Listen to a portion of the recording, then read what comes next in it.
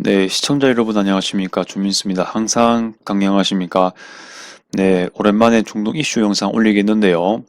정말 큰 사건이 하나 발생했습니다.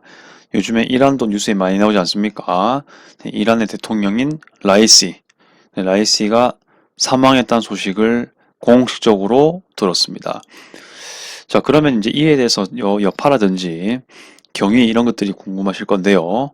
어떤 일이었는지, 그리고 그 장소가 어떠한 지리적인 특성을 지니고 있는지 두보러 가지고 어떤 여파가 있을지 계속해서 알려드리도록 하겠습니다. 네, 바로 고도절미하고 시작하도록 하겠습니다. 일단 여러분 소식을 다 들었을 겁니다. 그 이란 대통령 라이시 대통령 그리고 외무장관 플러스해서 6명이 사망을 했는데요.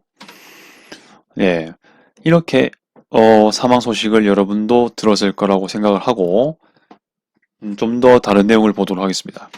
일단 헬리콥터가 이제 산에 충돌해가지고 뭔가 이 헬리콥터가 파괴가 된 추락한 그런 걸로 알려져 있는데요.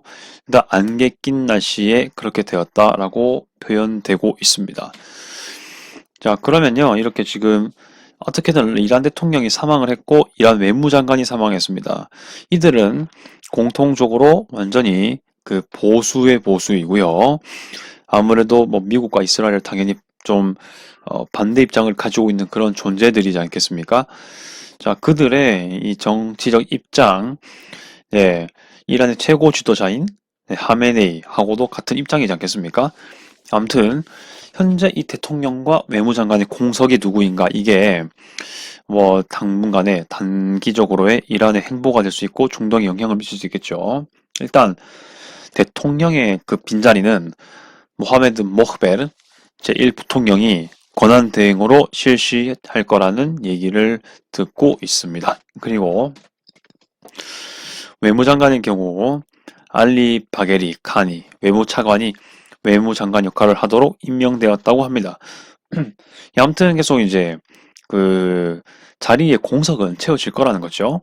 자, 그리고 또한 플러스해서 말씀드릴 건 뭐냐? 아야톨라 하메네이는 애도 기간 5일 선포했고 개인적으로도 애도를 표했다 이렇게 얘기를 하고 있습니다. 당연히 그럴만하죠. 네, 플러스 해가지고 이것도 좀 중요합니다. 이란의 헌법에 따라서 새로운 대선이 50일 안으로 이루어져야 한다. must라는 말 쓰더라고요. 영어로요. 네, 또 가디언에 나오는 그 영어로 된 것을 요약 번역하였습니다. 아무튼 간에 늦어도 2달 내로는 새롭게 대선을 할 것이고 대통령이 새로 당선될 것이다라는 것을 의미하고 있는 것이죠. 최대한 이 정치적인 공백을 메우려는 목적이다라고 볼 수 있고요. 만약에 이런 것들이 이제 잘 순조롭게 이루어진다면 뭐 요즘에 뭐 뉴스 같은 거 많이 나오지 않습니까? 무슨 뭐 대선의 경쟁자가 뭐시기라느니 뭐 중동 혼란이 올 것이라느니 이렇게 얘기를 하고 있는데요. 여러분 이렇게 좀 대통령 정치 체계 뭐 정치 이런 것들 보시면요. 호락호락하지 않습니다. 반드시 어떤 한 인물이 뭐 사망을 당하거나 여러 가지 이유로 공석이 되면 그 자리를 반드시 메우려고 하겠죠. 그 나라는 최대한 이 정치 공백을 줄이기 위해서가 되겠습니다. 그렇기 때문에 이걸로 인해서 뭐 이란이 전복된다, 뭐 이란의 경권 교체가 발생한다. 가능성이 없진 않지만 좀 다시 한번 해석해봐야 할 부분이 아닌가 이 생각을 하고요. 이란의 헌법을 봤을 때도 대선을 재빨리 치러야 되는 부분이 있거든요. 자, 그리고 덧붙여가지고요. 기본적으로 대통령 선거는요. 대통령 뽑는 건 맞는데 이 대통령 후보를 지정하는 것도 이란 최고 지도자, 즉 최고 종교 지도자가 지명할 수 있거든요.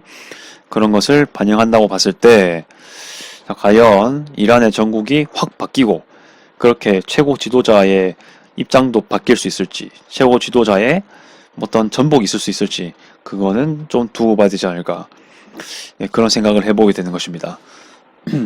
네. 자, 그러면 이렇게 사건이 발생한 장소가 어딘지를 좀 봐야 되고요. 그리고 이 라이시 대통령이 어디에 있었는지를 좀 봐야 될 것 같은데요.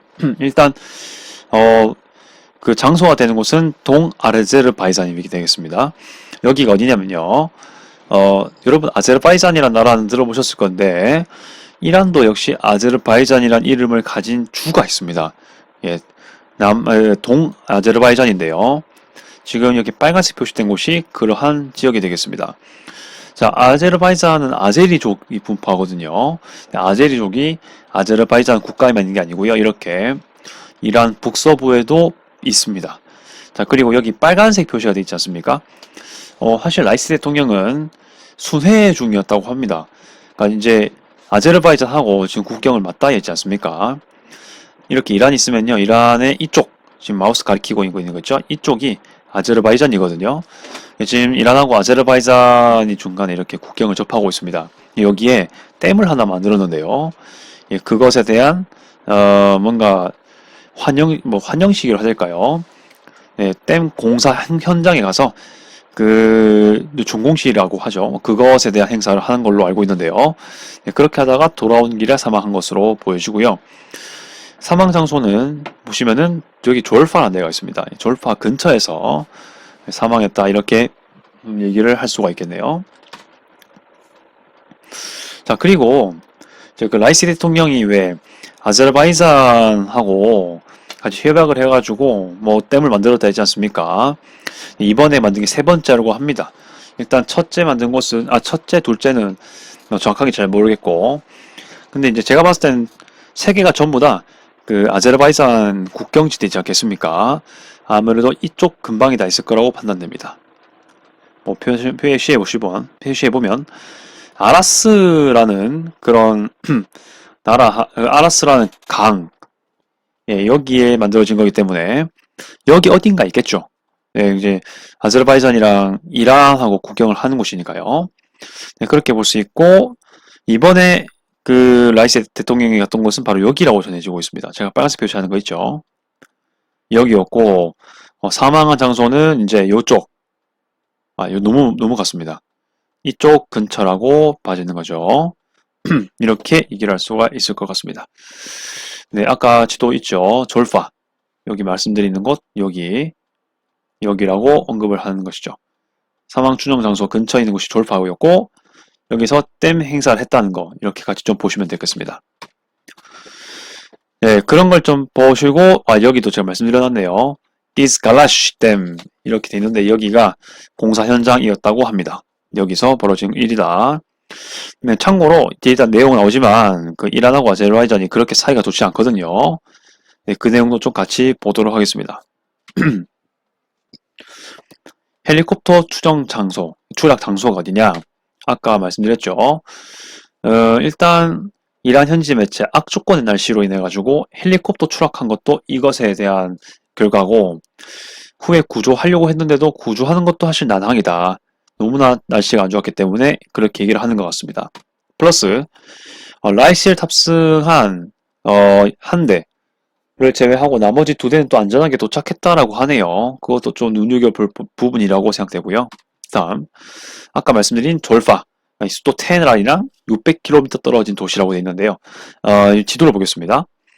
오른쪽 밑에 지도가 있는데 여기가 이제 아까 말씀드린 졸파가 있는 곳이지 않습니까? 테헤란은 여기 있습니다. 제가 지금 가리키고 있는 곳 있죠. 이게 600km 정도라고 얘기를 하고 있는데요. 일단 뭐 국경 근처에 있는 곳이라고 볼 수 있겠고, 아제르바이잔이랑 인접해 있다라고 볼 수 있습니다. 예, 라이시 대통령은 아제르바이잔 지역을 다니던 중이었다. 아까 댐 건설 그것에 대한 행사를 말씀드린 적 있죠. 근데 거기에 갔다라는 것 볼 수 있고요. 자, 계속해서 자세히 설명드리면 완공식이라고 되어 있네요. 라이시 대통령은 지난 일요일 아제르바이잔 댐 완공식에 참여하던 중이었고, 일함 알리예프 아제르바이잔 대통령과 함께 하고 있었다라고 보고 있습니다. 이 두 나라 사이가 안 좋은데 아마 이제 이렇게 수자원에 관한 문제랑 그리고 그나마 이런 걸 통해서 국가의 우호 관계를 유지하기 위한 목적이 아닐까라고 생각이 되고 있는데요. 좀 뭔가 많이 어색하고 사이가 안 좋았던 것들이 좀 회복되려는 추세가 아니었나 싶습니다. 이 댐은 아라스 강에 양국이 같이 건설한 세 번째 댐이라고 말씀드릴 수 있고요. 네, 아라스강은 여기 다시 한번 레이저 포인트 말고 펜으로 그려보자면 대충 이렇게 된다는 점. 자, 다시 형광펜 해볼게요. 네, 이렇게 대충 흘러가더라는 거. 이렇게 볼 수가 있겠습니다. 네, 여기가, 네, 코카서스 지역이지 않습니까? 네, 카프카스 산맥도 있고, 다 이제 아르메니아, 아제르바이잔, 조지아가 있는 곳인데, 아무튼 예, 카스피아에서 시작됐다가 서쪽으로 흘러가는 그런 강이라고 볼 수 있겠고, 대하천인 것 같아요. 그렇게 볼 수가 있습니다.